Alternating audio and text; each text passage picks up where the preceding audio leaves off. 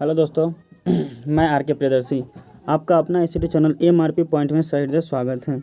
आज हम आप लोगों के बीच ज्योग्राफी यानी कि भूगोल, ज्योग्राफी के अंतर्गत मैं आज ऑब्जेक्टिव बेस्ड क्वेश्चन मतलब ऑब्जेक्टिव जो MVVI ऑब्जेक्टिव है, जो एग्ज़ाम में पूछा जाने वाला है, वो लेके आप लोगों के बीच आ रहे हैं।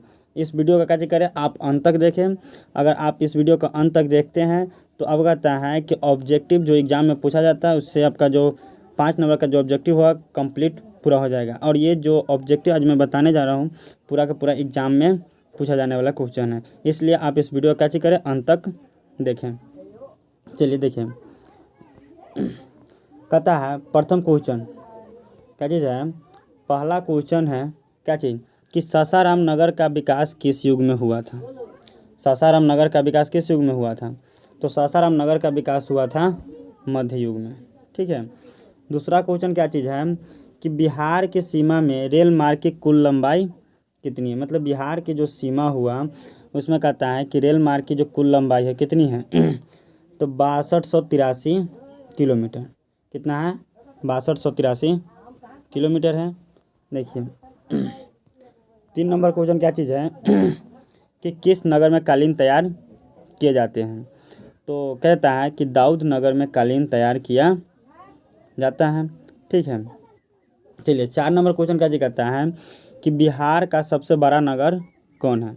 आप लोगों को पता होगा कि बिहार का सबसे बड़ा नगर कौन है। कहने का मतलब है कि सबसे ज़्यादा जनसंख्या कहाँ पे पाया जाता है, तो वो मेरा कौन है? पटना है। कौन है?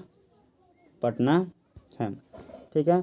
देखिए 5 नंबर में क्या जी कहता है कि बिहार में ग्रामीण आबादी कितनी। मतलब कहने का मतलब हो गया कि बिहार के अधिकतर लोग गाँवों में रहते हैं, तो इसीलिए कहा जाता है कि बिहार में जो ग्रामीण आबादी है वो कितनी है।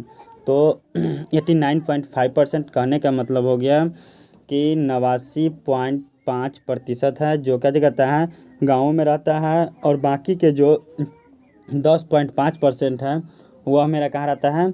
शहर में रहता है, यानी कि नगर में रहता है। ठीक है। कहता है कि भारत को कुल कितने डाक क्षेत्रों में बांटा गया। मतलब कहने का मतलब हो गया कि भारत को जो पूरा भारत हुआ, जो पूरा भारत है उसको कितने डाक क्षेत्रों में बांटा गया है, तो कुल मिला के 8 डाक क्षेत्रों में बांटा गया है। चलिए आगे देखते हैं क्या हो गया। 7 नंबर देखिए, कहता है कि कोसी नदी घाटी परियोजना का आरंभ कब हुआ था। मतलब जो कोसी नदी घाटी परियोजना है, कोसी नदी पर जो परियोजना बनाया गया उसका आरंभ कब हुआ था, तो 1954 में हुआ था। अब 8वां क्वेश्चन है क्या कहता है कि भोपाल त्रासदी में किस गैस का रिसाव हुआ था।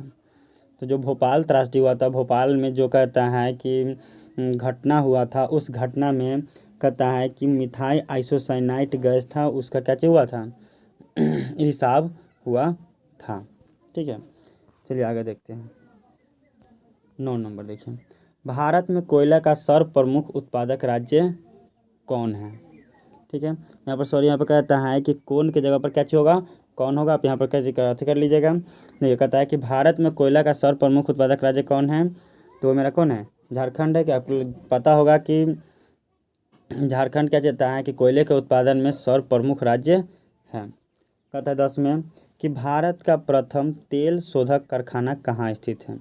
भारत का जो प्रथम तेल शोधक कारखाना था, जहाँ पर तेल को क्या किया जाता था, शुद्ध किया जाता था, प्यूरीफाइड किया जाता था, वो मेरा कहाँ था? बरौनी में था। ठीक है। अगला 11 नंबर क्वेश्चन क्या कहता है कि किस राज्य में वन का सबसे अधिक विस्तार है। मतलब कहने का मतलब हो गया कि वह कौन सा राज्य है जहाँ पर वन सबसे अधिक पाया जाता है, तो वह मेरा कौन है? मध्य प्रदेश है। कहाँ है? मध्य प्रदेश में जो वन है वह बहुत अधिक मात्रा में पाया जाता है। चलिए आगे देखते हैं। कहता है कि 12 कि कोयला किस प्रकार का संसाधन है। तो कोयला मेरा जो संसाधन है वो अनवीकरणीय है। कहने का मतलब हो गया कि कोयला को कहता है कि अगर एक बार समाप्त हो जाएगा तो पुनः हम उसे आसानी से प्राप्त नहीं कर सकते हैं, इसलिए कोयला मेरा क्या चीज़? अनवीकरणीय संसाधन है। जबकि नवीकरणीय संसाधन हम वैसे संसाधन को कहते हैं जिससे क्या चीज़ करें, हम आसानी से पुनः प्राप्त कर सकते हैं। जैसे में मेरा क्या हो जाएगा कि जैसे में मेरा क्या हो जाएगा, सौर ऊर्जा हो जाएगा। सौर ऊर्जा देखिए, जो मेरा ये सौर ऊर्जा है, ये सौर ऊर्जा कहता है कि ये मेरा अनवीकरणीय संसाधन, क्योंकि कहता है कि सौर ऊर्जा कभी समाप्त होने वाला नहीं है। ठीक है। चलिए अब देखिए कहता है कि काली मृदा का दूसरा नाम क्या है। काली मृदा का दूसरा नाम क्या है। देखिए काली मृदा है जो हमारा दक्षिणी भारत में बहुत अधिक मात्रा में पाया जाता है। काली मृदा का जो दूसरा नाम है वह रेगुर मृदा के नाम से जाना जाता है, ठीक है।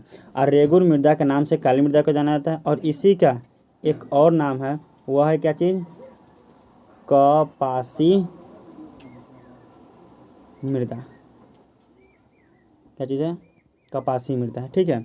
मतलब काली मृदा का दूसरा नाम रेगुर मृदा है और इसी का एक और नाम दिया गया है जो है क्या चीज़, कपासी मृदा, ठीक है।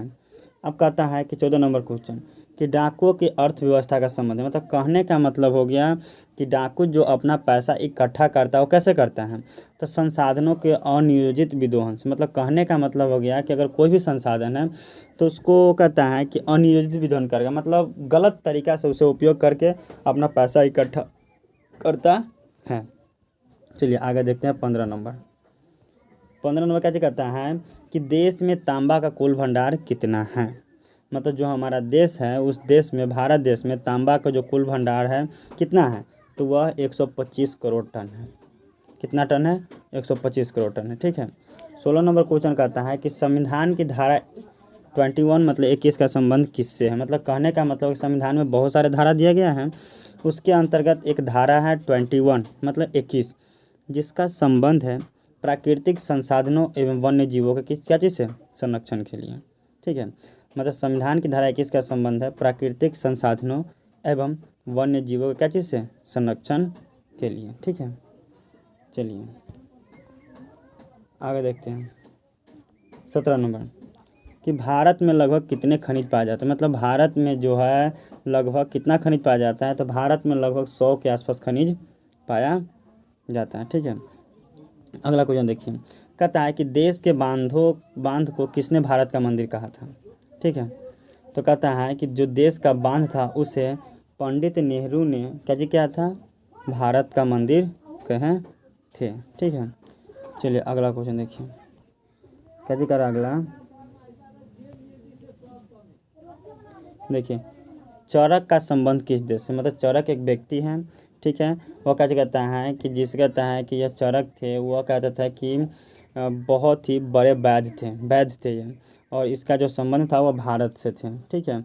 यह मतलब था कि वैद्य माने जाते थे, ये वैद्य थे एक प्रकार के, ठीक है, जिनका संबंध किससे था, भारत से था।